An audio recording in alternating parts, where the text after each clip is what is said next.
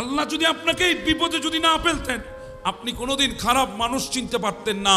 আপনি চিনতে পারতেন না ওই মানুষ নামে অমানুষগুলাকে, যারা আপনার খেয়েছে পড়েছে, আপনি যাদের পাশে ছিলেন, একদিন আপনার খারাপ সময়ে তারা আপনার বিরুদ্ধে চলে যাবে, এটা আপনি বুঝতে পারতেন না। এটা বোঝানোর জন্যে আল্লাহ আপনাকে খারাপ সময়ে ফেলেছে, আর খারাপ সময়ে পড়ে আপনি মানুষ চিনেছেন। মানুষ ছেড়ে যায় খারাপ সময় আসলে, মানুষ ষড়যন্ত্র করে। যখন আপনি এমন এক চিপার মধ্যে পড়ে যান যেখান থেকে সহজে নড়াচড়া করতে পারবেন না, মানুষ জানে, তখন মানুষ আপনার সাথে আরো বেশি ষড়যন্ত্র করে। আপনার চারিদিকে সব বন্ধ হয়ে গেছে, এটা যখন মানুষ জেনেছে আপনার বিরুদ্ধে, ওই কয়েক হাজার বছর ধরে পুষে রাখা তার শত্রুতামি সে আস্তে করে সেটা জাহের করে দেয়। আপনি বিপদে বললে দেখবেন আপনার শত্রুর অভাব নাই। যাদেরকে বন্ধু মনে করেছেন তারাও আপনার বিরুদ্ধে চলে গেছে। আপনি তো বিপদে বললে আপনার বিরুদ্ধে যারা বলবে, দেখবেন তারা আপনার কাছের মানুষ আপনার বিরুদ্ধে গেছে, আপনাকে ছেড়ে চলে গেছে, আপনার থেকে দূরে চলে গেছে, আপনার বিরুদ্ধে ষড়যন্ত্র করছে। একটা কথা শুনে রাখেন, এত কিছু করছে অসুবিধা নাই, আপনি এরপরে আল্লাহর দরবারের মধ্যে আপনি শুকর আদায় করেন, এরপরেও আল্লাহ শুকর আদায় করেন। কেন জানেন? আপনাকে যদি আল্লাহ এই বিপদের মধ্যে যদি না ফেলতেন, তাহলে আপনি কোনোদিন মানুষ চিনতে পারতেন না। আমাদের মধ্যে এমনও আছে, যখন আমাদের কোনো প্রিয় জিনিস আমাদের কাছ থেকে চলে যায় আমরা আফসোস করি। ভাই, আপনার থেকে চলে গেছে জিনিসটা নিয়ে আপনি আফসোস করবেন না, কারণ ওটা আপনার কাছে ভালোর চাইতেও খারাপের সংখ্যা বেশি ছিল বলে আল্লাহ সেটা আপনার থেকে নিয়ে নিয়েছেন। তবে মনে রাখবেন, মাওলার উপরে যদি সন্তুষ্ট থাকেন, আল্লাহ আপনাকে এর চাইতেও আরো দ্বিগুণ বাড়িয়ে দেবেন সামনে। যার উপকার বেশি করি সেই ক্ষতি বেশি করে। যাকে থাকতে দিবেন সে আপনাকে বের করে দেবে, যাকে খাইতে দিবেন সে আপনার খাবার টেনে নিয়ে ফেলবে। আপনি তাই বলে কি জীবন ছেড়ে দেবেন? একটা কথা মনে রাখবেন, যতই কিছু হোক মানুষের উপকার করবেন, মানুষের পাশে দাঁড়াবেন। এখানে সুকুন আছে, সুকুন, এখানের মধ্যে শান্তি আছে। মানুষের উপকার করে যাবেন, আপনার জজা আল্লাহ আপনাকে দেবে। যে আপনার সাথে পোল্টিবাজি করেছে তার বিচার করার জন্য আল্লাহ আছে। কথা বলেন ঠিক না বেঠে? এজন্য সব সময় যত পেরেশানি আসুক, একটা কথা বলবেন, আলহামদুলিল্লাহি আলা কুল্লি হাল। সর্ব অবস্থায় প্রশংসা কার জন্য? যত বড় বিপদ আসুক, যত বড় মুসিবত আসুক, যত বড় জিনিস নিজের থেকে হারিয়ে যাক, যত বড় আপন মানুষ আপনাকে কষ্ট দিক, সমস্ত অবস্থায় শুধু একটা কথা বলবেন, আলহামদুলিল্লাহি আলা কুল্লি হাল। সর্বাবস্থায় প্রশংসা কার জন্যে? আল্লাহর জন্যে। গোটা দুনিয়া আপনার বিপক্ষে চলে যাক, কিছু আসে যায় না। গোটা দুনিয়া আপনার বিরুদ্ধে বলুক, কিছু আসে যায় না। গোটা দুনিয়া আপনার সাথে দুশ্মনী রাখুক, কিছু আসে যায় না। শুধু আপনি আল্লাহ আল্লাহ রসুলের তরিকা ধরে থাকেন। তরিকা, মুখ আছে অনেক কিছু বলবে, আপনার বিরুদ্ধে অনেক কিছু বলবে, শুধু একটা কথা আপনি নিজেকে নিজে বলেন, আমি যা করেছি এগুলা ঠিক আছে কিনা আমাকে বলো। যদি বলে হ্যাঁ ঠিক আছে, তাহলে ঠিক আছে, দুনিয়া আমার বিরুদ্ধে যাক, কোনো অসুবিধা নাই। আমাদের জন্য একজনই যথেষ্ট, তিনি কে? জি বলেন কে? আল্লাহ। আমার নবীর কাছ থেকে আমার নবীর বংশের মানুষরা পর্যন্ত মুখ ফিরিয়ে নিয়েছে। আমার নবীর প্রতিবেশী আপন আত্মীয় স্বজন পর্যন্ত মুখ ফিরিয়ে নিয়েছে। আমার নবী এক সেকেন্ডের জন্য নৈরাশ হন নাই, কারণ আমার নবী জানেন মাওলা আমার থেকে আজকে নিচ্ছে, মাওলা আমাকে একদিন দিবে। হ্যাঁ, দিয়েছে আমার নবীকে। যেদিন মক্কায় ঢুকছিলেন, বাদশাহিয়ত নিয়ে আমার নবী মক্কায় ঢুকেছিলেন, ১৬ লক্ষ সাহাবীকে নিয়ে আমার নবী ঢুকেছেন মক্কায়। যেই নবীকে মক্কা থেকে রাতের আঁধারে হত্যা করার উদ্দেশ্যে তাড়িয়েছিল তারাই আজকে আমার নবী ঢুকছে। আমার নবীর শান শৌকত দেখে আপন আপন ঘরের মধ্যে দরজা বন্ধ করে নিস্তব্ধ হয়ে গেছে। কারণ কি ছিল? ওই দিন আমার নবী শুধু একটা কথা, আল্লাহর উপরে সবর করেছেন, নৈরাশ হন নাই, মাওলার উপরে ছেড়ে দিয়েছেন, আমার মাওলার হাতের মধ্যে বিচার দিয়েছেন। আল্লাহ পাক আমার নবীকে বিজয় করে ফেরত এনেছেন। কেউ আপনাকে মন্দ বলেছে, আপনি প্রতিশোধ নিতে যাবেন, নিতে পারবেন প্রতিশোধ, তাকত আছে, শক্তিতে নেবেন না। কেউ আপনাকে খারাপ বলেছে, আপনি তার বিরুদ্ধে ফেসবুকে লিখবেন না। এক ওয়াক্ত নামাজ পড়ে না, সে মসজিদের ইমামের বিরুদ্ধে কথা বলে। আছে না নেই? এমন মসজিদ আছে ফজরের ওয়াক্তে শুধু ইমাম আর মুয়াজ্জিন, তৃতীয় আর কোনো বান্দা নাই। জিন্নাত টিন্নাত থাকলে আল্লাহ জানে। যদি একদিন ফজরের আজান যদি মুয়াজ্জিন না দেয়, গোটা এলাকা ছুটে এসেছে, হুজুর আজকে ফজরের আজান দিলেন না কেন? ওরে বাপ রে বাপ, তার ঈমান চেতনা কাকে বলে? প্রত্যেক দিন তো দেয়, তুই তো আসিস না, আজকে দিল না, এতে আসে কি যায়? তুই তো কানে হেয়ারফোন লাগাই ঘুমাই গেছস, বলতেও তো পারিস না। ওই একজন থেকে শুনেছে আজকে মনে হয় আমাদের ফজরে আজান হয় নাই মসজিদে, ওই শোনা কথা নিয়ে ইমামের বিরুদ্ধে এসে গেছে। এটাই আমাদের সমাজের অবস্থা, এটাই চলছে আমাদের সমাজের মধ্যে। সেজন্য বলছি, যাত্রার বিরুদ্ধে বলবেন না। আলেমুল আমাদের এগুলো দূরের কথা, দূর কি বাত, ইনাদের বিরুদ্ধে তো নাই। কোন ব্যক্তির বিরুদ্ধেও বলবেন না। আপনার কাছে শক্তি আছে, কেউ আপনার ক্ষতি করেছে, প্রতিশোধ নিতে পারবেন, নেবেন না।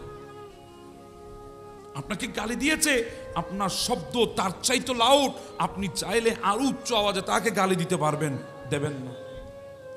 কেউ আপনাকে আঘাত করেছে, আপনি চাইলে দ্বিগুণ করে আঘাত ফিরিয়ে দিতে পারেন, দেবেন না। যদি বলেন হুজুর কেন, ওই একজন বিচারক বসে আছে, বিচারটা ওনাকে দিয়ে দেন। আপনি নিলে হয়তো আপনার অকাত মতো প্রতিশোধ নেবেন, যদি মাওলার হাতে ছেড়ে দেন তাহলে আমার মাওলার অকাত কদ্দুর। ইন্নাল্লাহা আলা কুল্লি শাইইন কাদির, গোটা পৃথিবীর বিশ্ব মণ্ডলের সর্বশক্তিতে শক্তিমান আমার আল্লাহ। যদি মাওলা আমার পক্ষ থেকে প্রতিশোধ নেয়, এটা কি ছোট হবে না বড় হবে? আমার অকাত এক থাপ্পড়ের বিনিময়ে হয়তো 2 থাপ্পড় মারা, আমার অকাত এক গালির বিনিময়ে হয়তো 2 গালি দেওয়া, আমার অকাত সে আমার একটা ক্ষতি করেছে, আমি 2টা তার ক্ষতি করতে পারবো। কিন্তু আমি যদি বিচারটা মাওলার কাছে দিয়ে দিই, আমার মাওলার অকাত কদ্দুর, গোটা বিশ্বের ক্ষমতায় ক্ষমতাবান আমার মাওলা। ওই মাওলার হাতে যখন আমি বিচার দেব, এবার বুঝেন প্রতিশোধটা ওই মাওলার অকাত অনুযায়ী হবে। পারবো তো আজকে থেকে? জি বলেন, পারবো তো আজকে থেকে? আজকে থেকে কাউকে কটু কথা বলবেন না, কাউকে কটু কথা বলতে যাবেন না, কারো বিরুদ্ধে বলতে যাবেন না। কেউ কিছু বলেছে, আপনি শুনেছেন, আপনি ধৈর্য ধারণ করবেন, মুখ খুলবেন না, মুখ বন্ধ করে দেন। মুখ কি করে দেন? বন্ধ করে দেন। আমার নবী বলে, যদি মুখ বন্ধ করতে পেরেছো, তোমার জন্য জান্নাত। সুবহানাল্লাহ বলবেন না? যদি মুখ কি করতে পেরেছো, বন্ধ করে দিতে পেরেছো, তোমার জন্য জান্নাত। কারণ আমার নবীর কাছে অনেক বড় বড় কাফের এসেছে।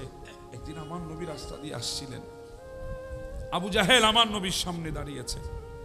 হঠাৎ আমার নবীকে ডাক দিয়ে বলে, এই আব্দুল্লাহর বেটা মুহাম্মদ সাল্লাল্লাহু আলাইহি ওয়াসাল্লাম, আর কত?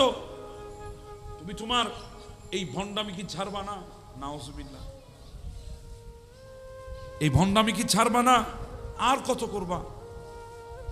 আর না দেখি মতো তোমার কালিমা তোমার কাছে রাখো, তোমার দিন তোমার কাছে রাখো, আমাদের সামনে এগুলা বলতে আসবা না। আমার নবী চুপ করে আছে, কিছু বলছে না।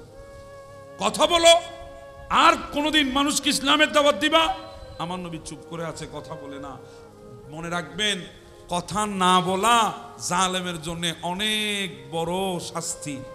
জালেম যতই জুলুম করুক, কথা না বলা তার জন্য বড় শাস্তি। সে এক প্রকারে রাগান্বিত হয়ে হাতের লাঠি ছিল, লাঠি দিয়ে আমার নবীকে আঘাত করেছে। আমার নবীর মাথা ফেটে গেছে। আমার নবী চুপ হয়ে সেখান থেকে চলে এসেছে। আবু জাহেলও চলে গেছে। কিছুক্ষণ পর আমির হামজা স্বীকার করে আসছেন। হযরত আমির হামজা রাদিয়াল্লাহু তাআলা এক বান্দেনি ডাক দিয়ে বলে, এই আমির হামজা, এত বীরত্ব দিয়ে কি করবা? এত সাহসিকতা দিয়ে কি করবা? তোমার এতিম ভাতিজার মাথায় আবু জাহেল লাঠি দিয়ে বাড়ি মেরে রক্তাক্ত করেছে। তোমরা থাকতে তোমার ভাতিজাকে আবু জাহেল লাঠি দিয়ে মারে, তোমরা প্রতিবাদ করো না।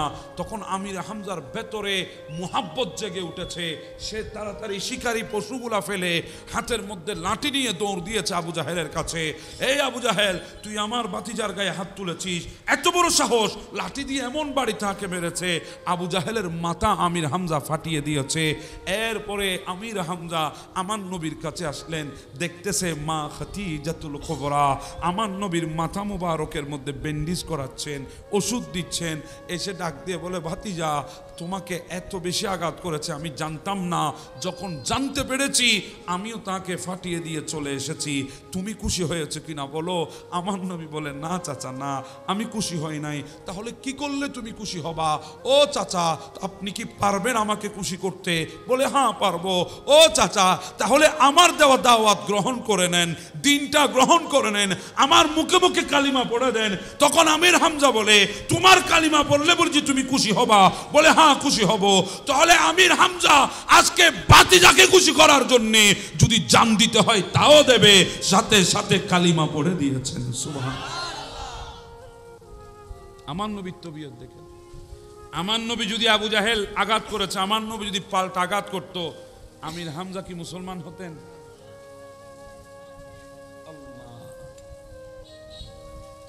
মুখ বন্ধ, যে যায় বলুক, মুখ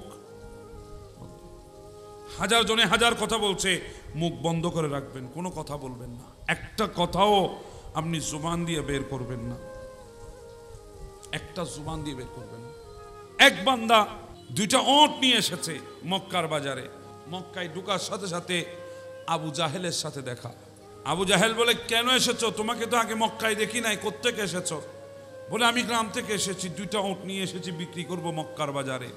বলে, ভালো কথা, তবে হ্যাঁ মুহাম্মদ ইবনে আব্দুল্লাহ তার ধারে কাছেও যাইও না। নাউজুবিল্লাহ, তার ধারে কাছেও যাইও না। কেন? জাদুঘর, জাদুঘর। তার সামনে যে যায় তার জাদুর প্রভাবে তার বাপ দাদার ধর্ম ছেড়ে তার দেওয়া ধর্ম সে গ্রহণ করে ফেলে। সে বান্দা বলে, আমি তো ওনারে চিনিও না, নামও প্রথম শুনেছি, আপনি তো আমারে পরিচয় করাই দিলেন, আমি তো নামও জানি না। আমাদের দেশে আমরা অনেকের বদনামি করি, কিন্তু আমরা বুঝি না বদনামি করছি না, আমরা ওনাকে মানুষের সামনে পরিচয় করিয়ে দিচ্ছি। সেই বান্দা বলে, আমি তো চিনি না ওনাকে, সবে মাত্র আসলাম মক্কায়, আপনি তো আমাকে চিনিয়ে দিয়েছেন। ঠিক আছে বাপু, আমার ওনার কাছে কোনো কাজ নাই, আমি ওট বিক্রি করতে এসেছি, পারলে হইল, আমি চলে যাবো এরপরে।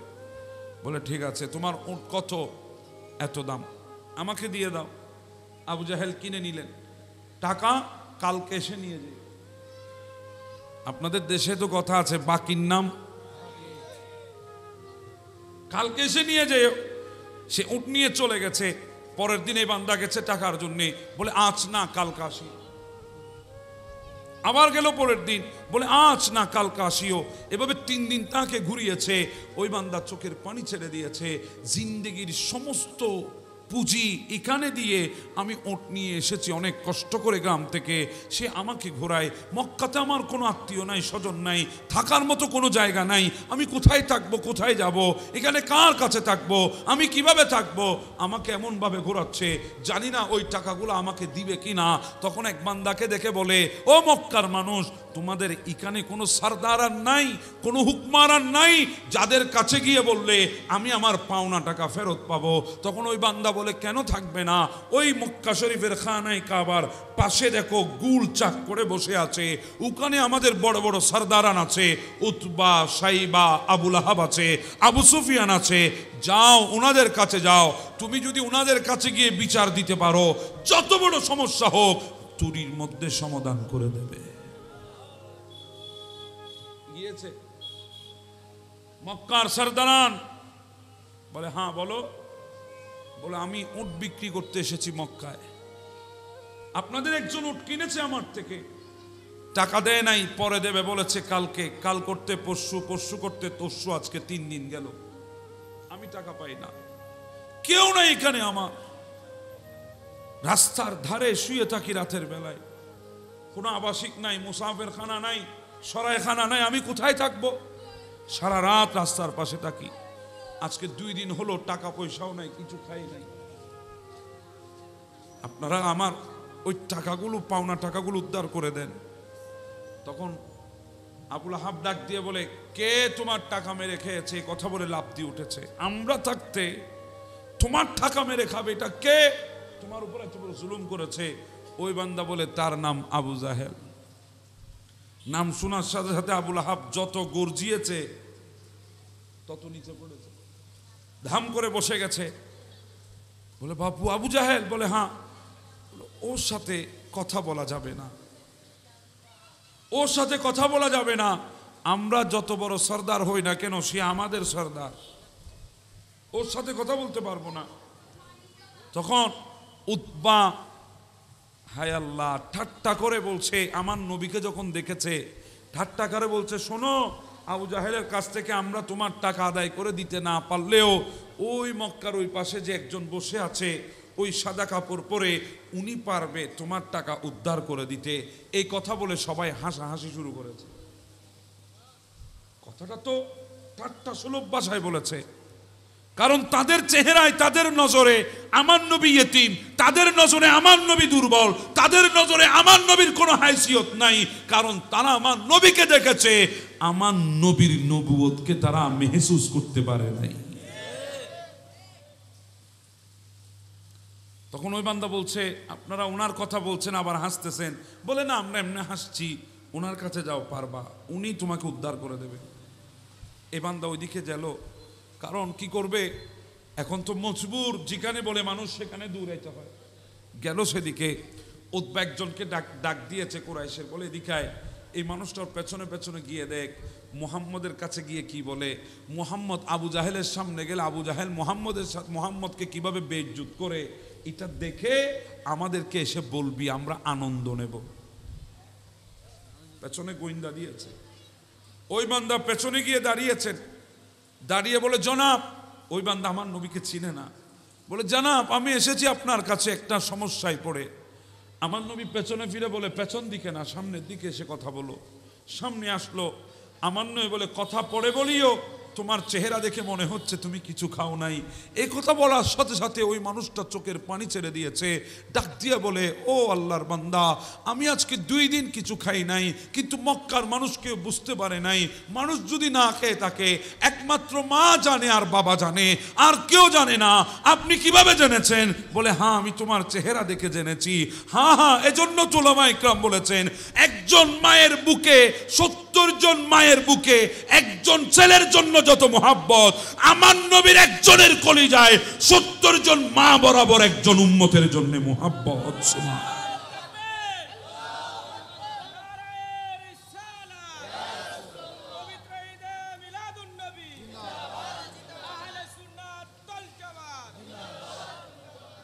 হ্যাঁ, আমার নবী জানে উম্মতের কি হাল। কথা বলেন ঠিক না? আমার নবী বলে, তুমি কিছু খেয়েছো? ইয়া রাসূলুল্লাহ, আমি কিছু খাই নাই। আমার নবী বলে, বসো আগে, কিছু খাও। ওই বান্দা জানে না এটা আল্লাহর নবী, এটা যে মুহাম্মদ যার কথা আবু জাহেল বলেছে সেটাও জানে না। ঠিক আছে, আমার নবী খাওয়ালেন। বলে এবার সমস্যা বলো। বলে এই সমস্যা। ঠিক আছে, ওটা আমার সাথে চলো। ওই বান্দা মনে মনে চিন্তা করছে, এত সুন্দর শব্দের লিহাজ, নরম শব্দ, অন্তর জুড়িয়ে যায়। এই মানুষটা বুঝি ওই জালেমের সামনে গিয়ে আমার টাকা উদ্ধার করে দিতে পারবে? আমার তো কেমন জানি মনে হয়, জালেমের মোকাবেলা করতে হলে তো শক্ত মানুষের প্রয়োজন। ইনি তো নরম দিলওয়ালা মানুষ, নরম তবিয়তের।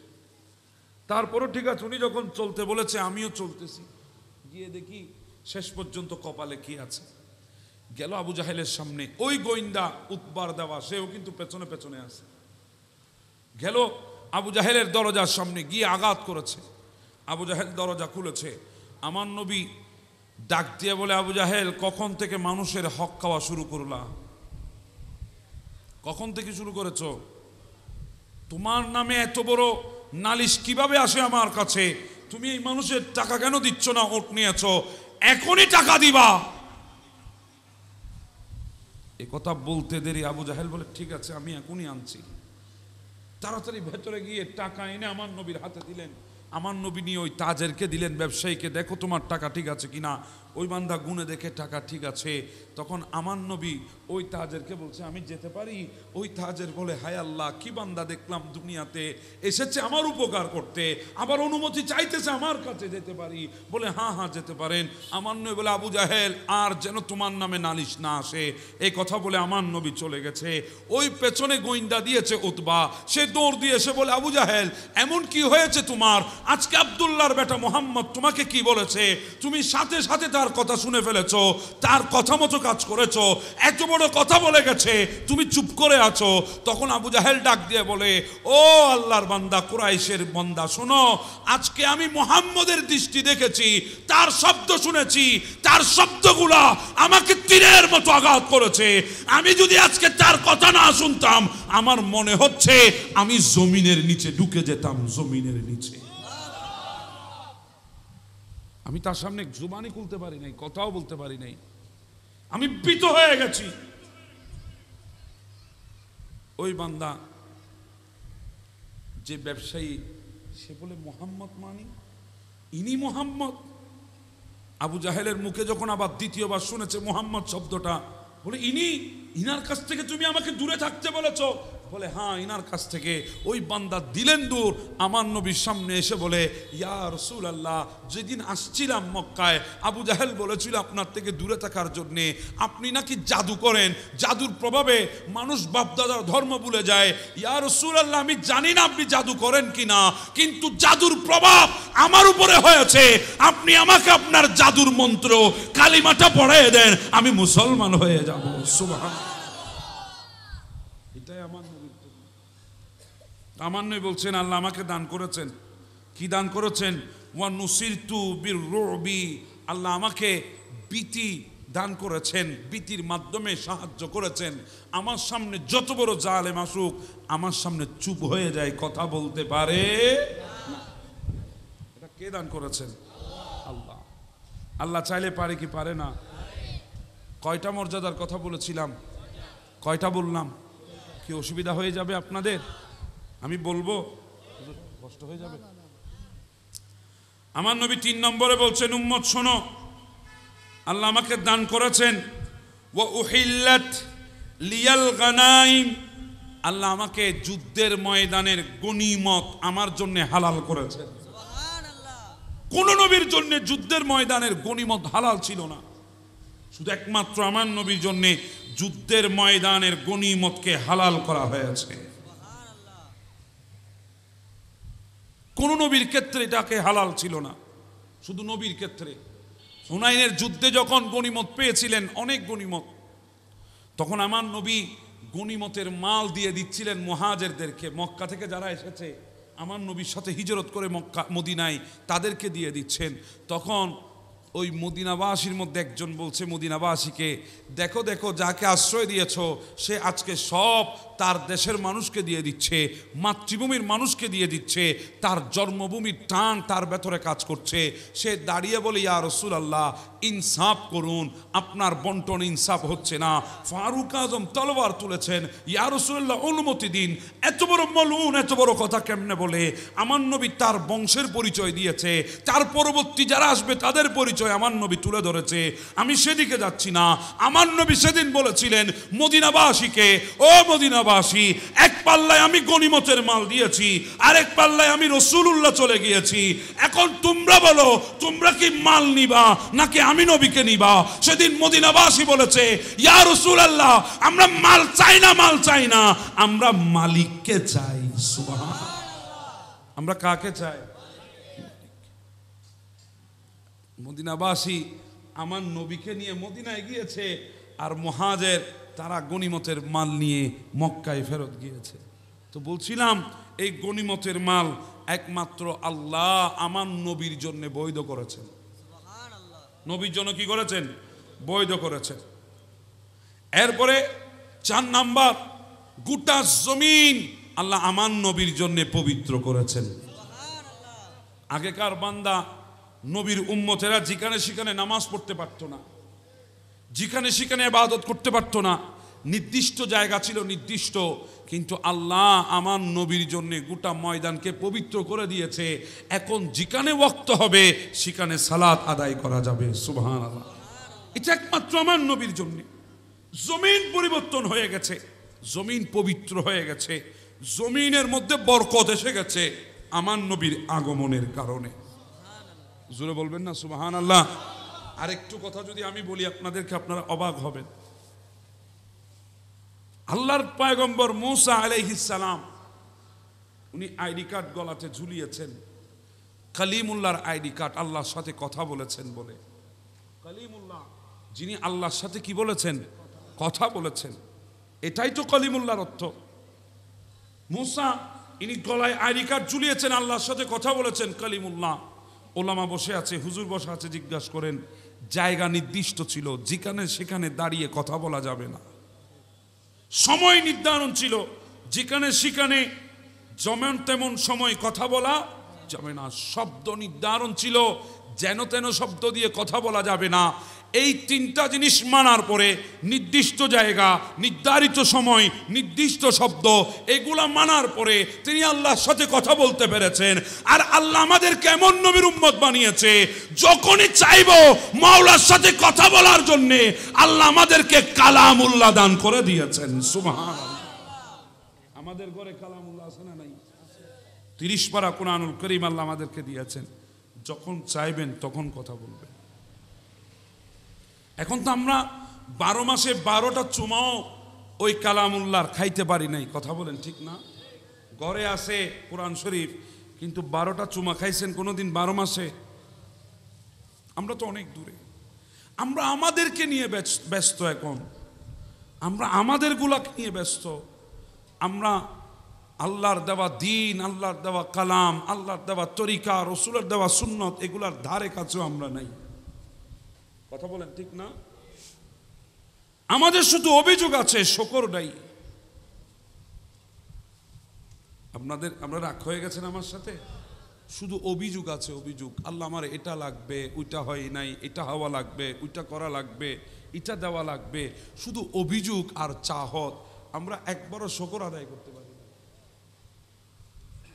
কথা বলেন ঠিক না? আমরা একবারও শকর আদায় করতে পারি নাই।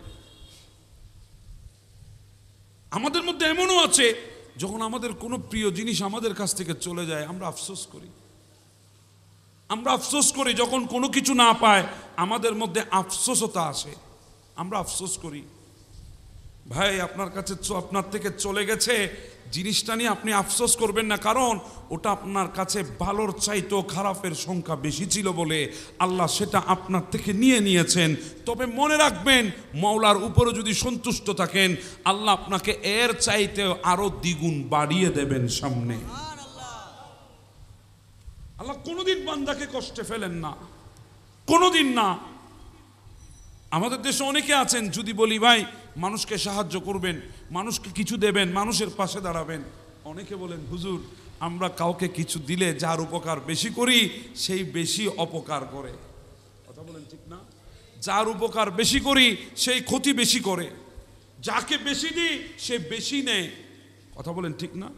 আমরাই তো বলি সব সময়, কার উপকার করবেন, যাকে থাকতে দিবেন সে আপনাকে বের করে দেবে, যাকে খাইতে দিবেন সে আপনার খাবার টেনে নিয়ে ফেলবে, যার উপকার করবেন সে আপনার ক্ষতি করতে দাঁড়িয়ে যাবে। আপনি তাই বলে কি দুনিয়া ছেড়ে দেবেন, জীবন ছেড়ে দেবেন, আল্লাহ রসুলের দেওয়া তরিকা ছেড়ে দেবেন? একটা কথা মনে রাখবেন, যতই কিছু হোক মানুষের উপকার করবেন, মানুষের পাশে দাঁড়াবেন। এখানে সুকুন আছে, সুকুন, এখানের মধ্যে শান্তি আছে। মানুষের উপকার করে যাবেন, আপনার জজা আল্লাহ আপনাকে দেবে। যে আপনার সাথে ভিক্টোরিয়া করেছে, আপনার সাথে পোল্টিবাজি করেছে, তার বিচার করার জন্য আল্লাহ আছে। কথা বলেন ঠিক না বেঠে? এজন্য সব সময় যত পেরেশানি আসুক একটা কথা বলবেন, আলহামদুলিল্লাহি আলা কুল্লি হাল। সর্ব অবস্থায় প্রশংসা কার জন্য? জি বলেন না, কার জন্য? যত বড় বিপদ আসুক, যত বড় মুসিবত আসুক, যত বড় জিনিস নিজের থেকে হারিয়ে যাক, যত বড় আপন মানুষ আপনাকে কষ্ট দিক, সমস্ত অবস্থায় শুধু একটা কথা বলবেন, আলহামদুলিল্লাহি আলা কুল্লি হাল। সর্বাবস্থায় প্রশংসা কার জন্যে? আল্লাহর জন্যে। আপনি মনে করেছেন আপনি নৈরাশ হয়েছেন, হারিয়ে ফেলেছেন, চলে গেছেন, দুঃখিত হয়েছেন, কষ্ট পেয়েছেন, আপনি সবর ধারণ করেন, এর চাইতে আপনাকে দ্বিগুণ জাযা আল্লাহ আপনাকে দান করবেন। গোটা দুনিয়া আপনার বিপক্ষে চলে যাক, কিছু আসে যায় না। গোটা দুনিয়া আপনার বিরুদ্ধে বলুক, কিছু আসে যায় না। গোটা দুনিয়া আপনার সাথে দুশ্মনী রাখুক, কিছু আসে যায় না। শুধু আপনি আল্লাহ আল্লাহ রসুলের তরিকা ধরে থাকেন। তরিকা, মুখ আছে অনেক কিছু বলবে, আপনার বিরুদ্ধে অনেক কিছু বলবে, শুধু একটা কথা আপনি নিজেকে নিজে বলেন, আমি যা করেছি এগুলা ঠিক আছে কিনা আমাকে বলো। যদি বলে হ্যাঁ ঠিক আছে, তাহলে ঠিক আছে, দুনিয়া আমার বিরুদ্ধে যাক, কোনো অসুবিধা নাই, আমাদের জন্য একজনই যথেষ্ট, তিনি কে? জি বলেন কে? আল্লাহ। কাউকে লাগবে না। যার আল্লাহ আছে তার কাউকে লাগবে? জি বলেন না লাগবে না, কাউকে লাগবে না। আমার নবীর কাছ থেকে আমার নবীর বংশের মানুষরা পর্যন্ত মুখ ফিরিয়ে নিয়েছে। আমার নবীর প্রতিবেশী, আপন আত্মীয় স্বজন পর্যন্ত মুখ ফিরিয়ে নিয়েছে। আমার নবী এক সেকেন্ডের জন্য নৈরাশ হন নাই, কারণ আমার নবী জানেন মাওলা আমার থেকে আজকে নিচ্ছে, মাওলা আমাকে একদিন দিবে। হ্যাঁ দিয়েছে আমার নবীকে। যেদিন মক্কায় ঢুকছিলেন, বাদশাহিয়ত নিয়ে আমার নবী মক্কায় ঢুকেছিলেন, ১৬ লক্ষ সাহাবীকে নিয়ে আমার নবী ঢুকেছেন মক্কায়। যেই নবীকে মক্কা থেকে রাতের আঁধারে হত্যা করার উদ্দেশ্যে তাড়িয়েছিল তারাই আজকে আমার নবী ঢুকছে। আমার নবীর শান শৌকত দেখে আপন আপন ঘরের মধ্যে দরজা বন্ধ করে নিস্তব্ধ হয়ে গেছে। কারণ কি ছিল? ওই দিন আমার নবী শুধু একটা কথা, আল্লাহর উপরে সবর করেছেন, নৈরাশ হন নাই, মওলার উপরে ছেড়ে দিয়েছেন, আমার মওলার হাতের মধ্যে বিচার দিয়েছেন। আল্লাহ পাক আমার নবীকে বিজয় করে ফেরত এনেছেন। কেউ আপনাকে মন্দ বলেছে, আপনি প্রতিশোধ নিতে যাবেন, নিতে পারবেন প্রতিশোধ, তাকত আছে, শক্তিতে নেবেন না। কেউ আপনাকে খারাপ বলেছে, আপনি তার বিরুদ্ধে ফেসবুকে লিখবেন না। এখন তো না বললেও আমরা ফেসবুকে লিখি, কথা বলেন ঠিক না? আমাদের জাতীয় মিডিয়া ফেসবুক, কথা বলেন ঠিক না? আমার ঘরের মধ্যে কি হয়েছে এগুলো ফেসবুকে, আমার বাপের সাথে মার কি হয়েছে এগুলো ফেসবুকে, কথা বলেন ঠিক না? ফেসবুক কেন ইউজ করতে হয় সেটাও আমরা জানি না, কেন ফেসবুক চালাইতে হয় সেটাও আমরা জানি না। আমাদের মধ্যে একজন আলেম আর একজন আলেমের সাথে একটু ভুল বুঝাবুঝি হলেও আমাদের মধ্যে অনেক বিজ্ঞ আলেম সেজে তারা আবার ফেসবুকে লেখালেখিও করে, আছে না নাই? আরে ভাই, আপনার উচিত ছিল, আপনি যদি সত্যি ভালো চাইতেন, আপনার উচিত ছিল ওনাকে গিয়ে বলা, ওনার ভুল হলে সেটা ধরিয়ে দেয়া। উনি যদি না শুধরাই, ওনার মুরব্বী কেউ থাকলে তাকে গিয়ে বলা। আপনার উচিত ফেসবুকে লেখা না। কে বিচার করে জানেন ফেসবুকে? কে রায় শুনায় জানেন? যেই ছেলের আপাদ মস্তকে একজন আলেমের সামনে দাঁড়াবার মতো আদব লেহাজও নাই, ওই ছেলেটা আলেম ওলামার বিরুদ্ধে ফেসবুকে লেখে, কথা বলেন ঠিক না বেটা? এক ওয়াক্ত নামাজ পড়ে না, সে মসজিদের ইমামের বিরুদ্ধে কথা বলে, আছে না নেই? এমন মসজিদ আছে ফজরের ওয়াক্তে শুধু ইমাম আর মুয়াজ্জিন, তৃতীয় আর কোনো বন্দা নাই, জিন্নাত টিন্নাত থাকলে আল্লাহ জানে। যদি একদিন ফজরের আজান যদি মুয়াজ্জিন না দেয়, গোটা এলাকা ছুটে এসেছে, হুজুর আজকে ফজরের আজান দিলেন না কেন? ওরে বাপ রে বাপ, তার ঈমান ইচ্ছা তো না, কাকে বলে? প্রত্যেক দিন তো দেয়, তুই তো আসিস না, আজকে দিল না, এতে আসে কি যায়? তুই তো কানে হেয়ারফোন লাগাই ঘুমাই গেছস, বলতেও তো পারিস না। ওই একজন থেকে শুনেছে, আজকে মনে হয় আমাদের ফজরে আজান হয় নাই মসজিদে, ওই শোনা কথা নিয়ে ইমামের বিরুদ্ধে এসে গেছে। বলেন না ভাই, ঠিক না ভাই? ঠিক, আমি কি ভুল বললাম? এটাই আমাদের সমাজের অবস্থা, এটাই চলছে আমাদের সমাজের মধ্যে। সেজন্য বলছি, যাত্রার বিরুদ্ধে বলবেন না। আলেম ওলামা এগুলো দূরের কথা, দূর কি বাত, ইনাদের বিরুদ্ধে তো নাই। কোন ব্যক্তির বিরুদ্ধেও বলবেন না। আপনার কাছে শক্তি আছে, কেউ আপনার ক্ষতি করেছে, প্রতিশোধ নিতে পারবেন, নেবেন না। আপনাকে গালি দিয়েছে, আপনার শব্দ তার চাইতে লাউড, আপনি চাইলে আরো উচ্চ আওয়াজে তাকে গালি দিতে পারবেন, দেবেন না। কেউ আপনাকে আঘাত করেছে, আপনি চাইলে দ্বিগুণ করে আঘাত ফিরিয়ে দিতে পারেন, দেবেন না। যদি বলেন হুজুর কেন, ওই একজন বিচারক বসে আছে, বিচারটা ওনাকে দিয়ে দেন, আপনি নিলে হয়তো আপনার অকাত মতো প্রতিশোধ নেবেন। যদি মাওলার হাতে ছেড়ে দেন, তাহলে আমার মাওলার অকাত কদ্দুর, ইন্নাল্লাহা আলা কুল্লি শাইইন কাদির, গোটা পৃথিবীর বিশ্ব মণ্ডলের সর্বশক্তিতে শক্তিমান আমার আল্লাহ। কথা বলেন ঠিক না? যদি মাওলা আমার পক্ষ থেকে প্রতিশোধ নেয়, এটা কি ছোট হবে না বড় হবে? আমার অকাত এক থাপ্পড়ের বিনিময়ে হয়তো 2 থাপ্পড় মারা, আমার অকাত এক গালির বিনিময়ে হয়তো 2 গালি দেওয়া, আমার অকাত সে আমার একটা ক্ষতি করেছে, আমি 2টা তার ক্ষতি করতে পারবো। কিন্তু আমি যদি বিচারটা মাওলার কাছে দিয়ে দিই, আমার মাওলার অকাত কদ্দুর, গোটা বিশ্বের ক্ষমতায় ক্ষমতাবান আমার মাওলা, ওই মাওলার হাতে যখন আমি বিচার দেব, এবার বুঝেন প্রতিশোধটা ওই মাওলার অকাত অনুযায়ী হবে।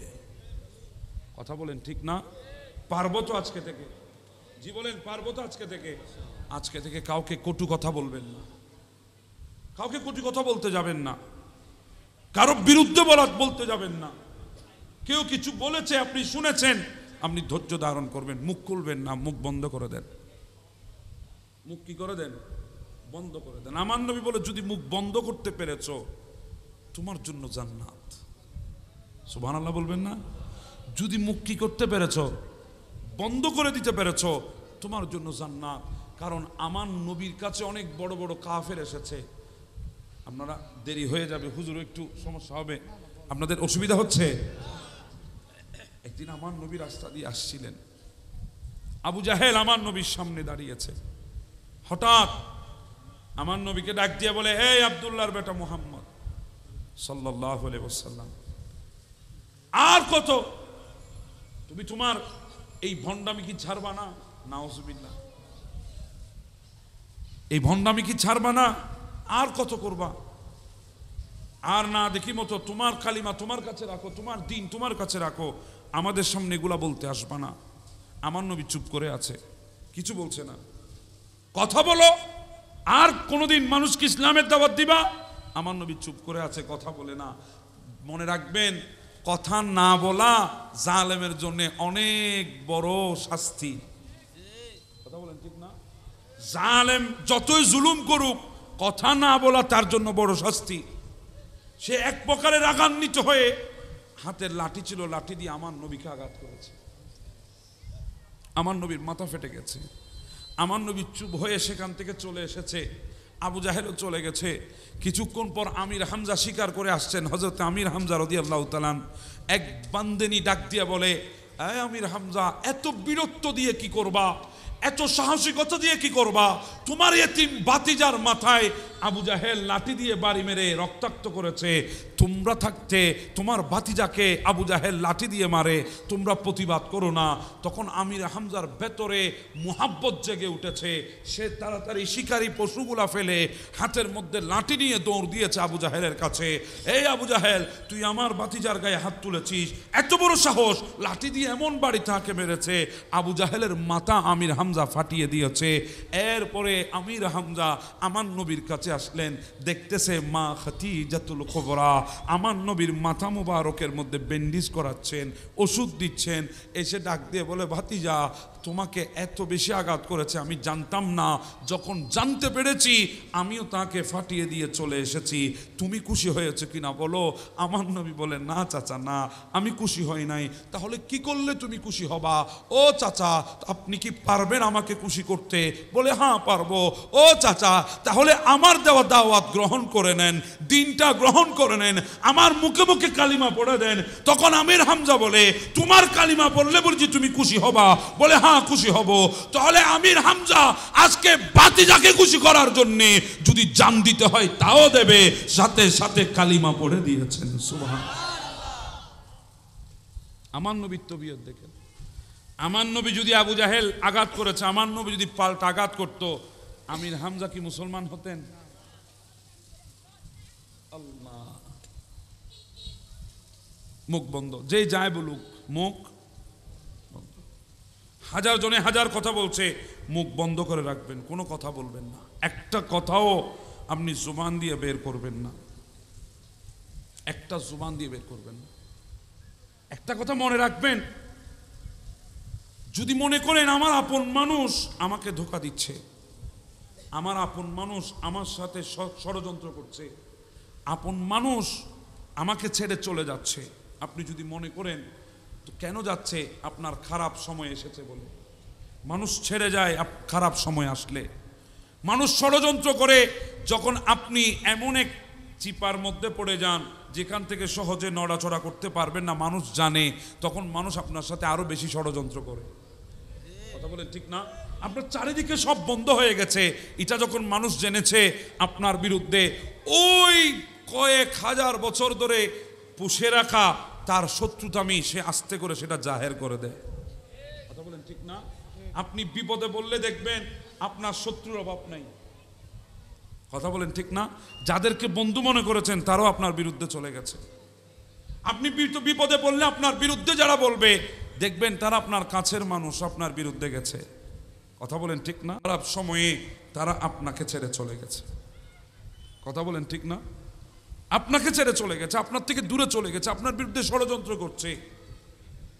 একটা কথা শুনে রাখেন, এত কিছু করছে অসুবিধা নাই, আপনি এরপরে আল্লাহর দরবারের মধ্যে আপনি শুকর আদায় করেন, এরপরেও আল্লাহ শুকর আদায় করেন। কেন জানেন?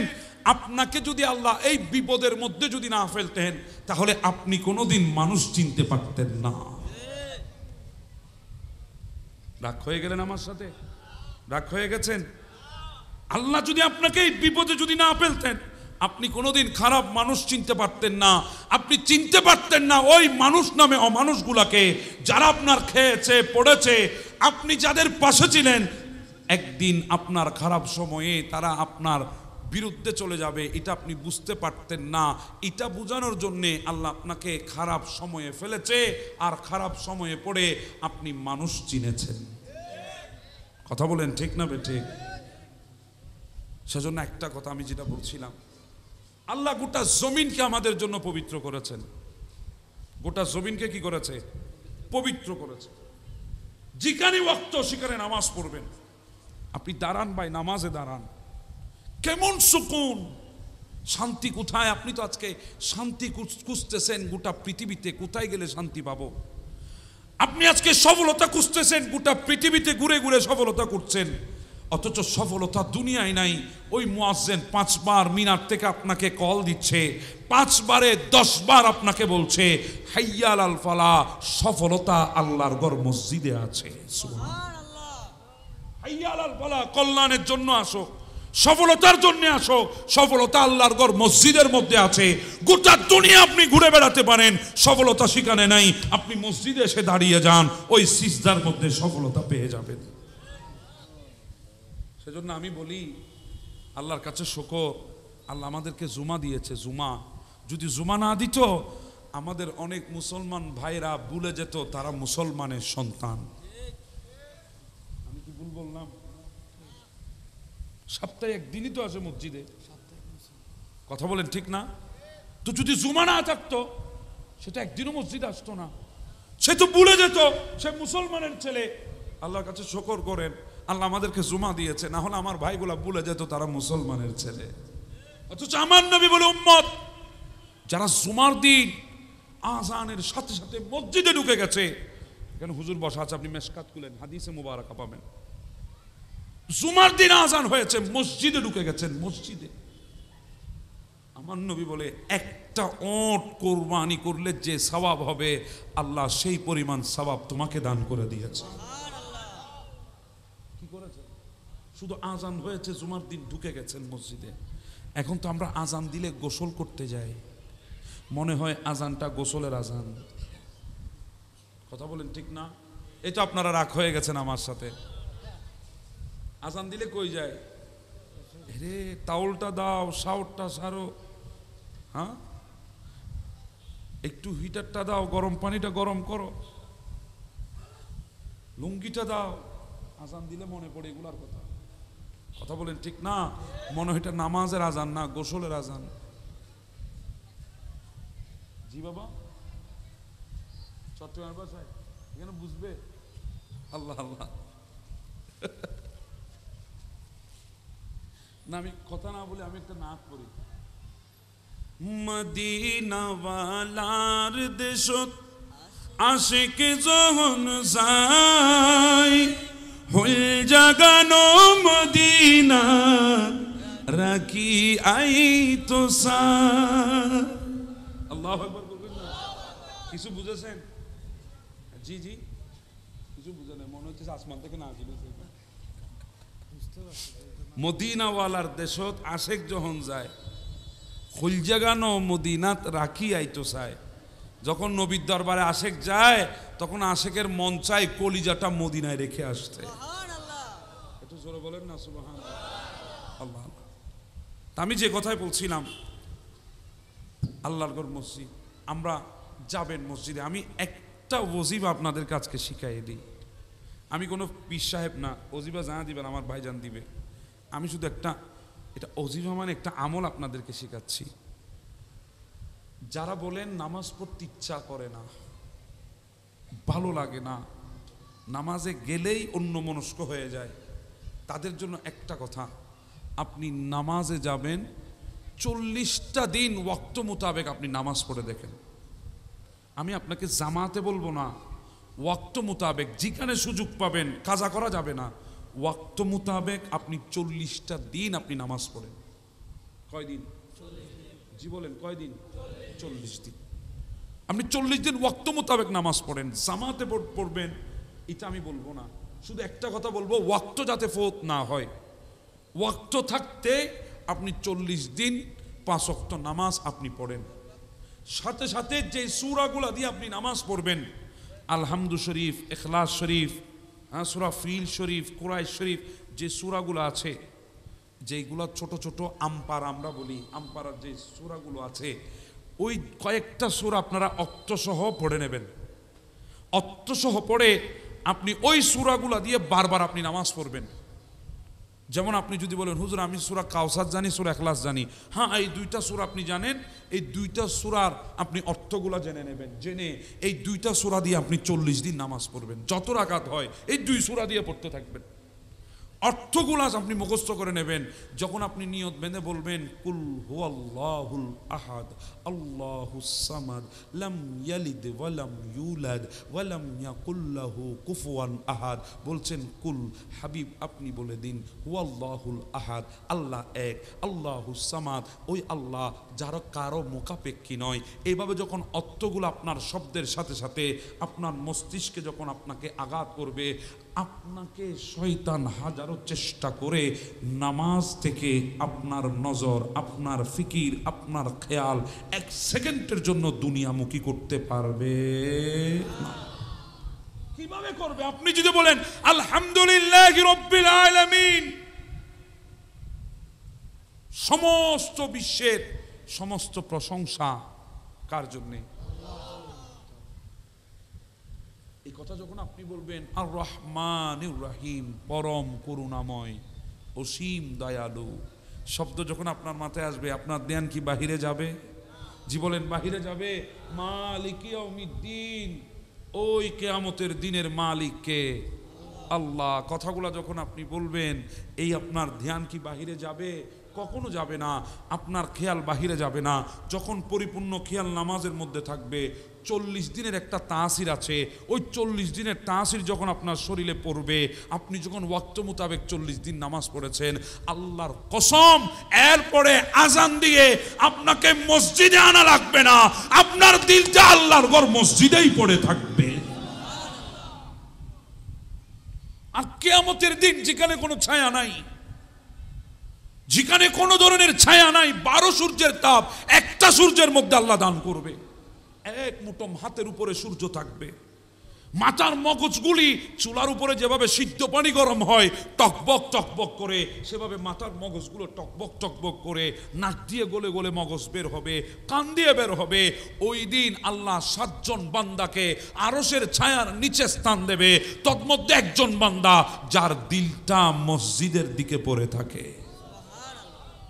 কখন জোহর হচ্ছে, কখন আসর হচ্ছে, কখন মাগরিব হচ্ছে, দিলটা পড়ে আছে মসজিদে, ওই দিলওয়ালা মানুষকে আল্লাহ আরশের নিচে ছায়া দান করবে। ওলামা বসে আছে, আপনি জিজ্ঞাসা করেন, আমার কথা বিশ্বাস করবেন, আমি সিডেঙ্গিয়া মানুষ, বলবেন চট্টগ্রাম থেকে আইছে কি না কি বলি চলে যাইব, ইনারা আর ফামুক হয় কেন, হুজুররা আছেন, এনাদেরকে তো পাবেন।